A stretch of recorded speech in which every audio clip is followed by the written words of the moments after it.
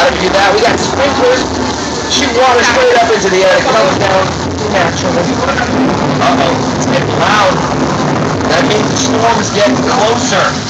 You know what that means, right? Alright, Mike, you can turn off the weather effects. Thank you so much. Looks great. Appreciate it. Alright, folks. So, yeah, you can turn off the rain. Yeah, there's a hill right there. If there's too much water, there's going to be a flood. Uh-oh, folks. I guess I'll look and watch right. There is a flash flood coming down. You might get soaked. You might get soaked. Watch out for your cameras, too. Oh, no. It's coming right for me. I'm saying you.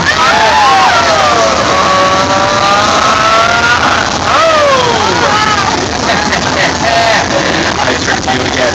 So how do we do that? Thousands of gallons of recycled water. So simple, yet so effective. It looks just as good on film. Check this out right here.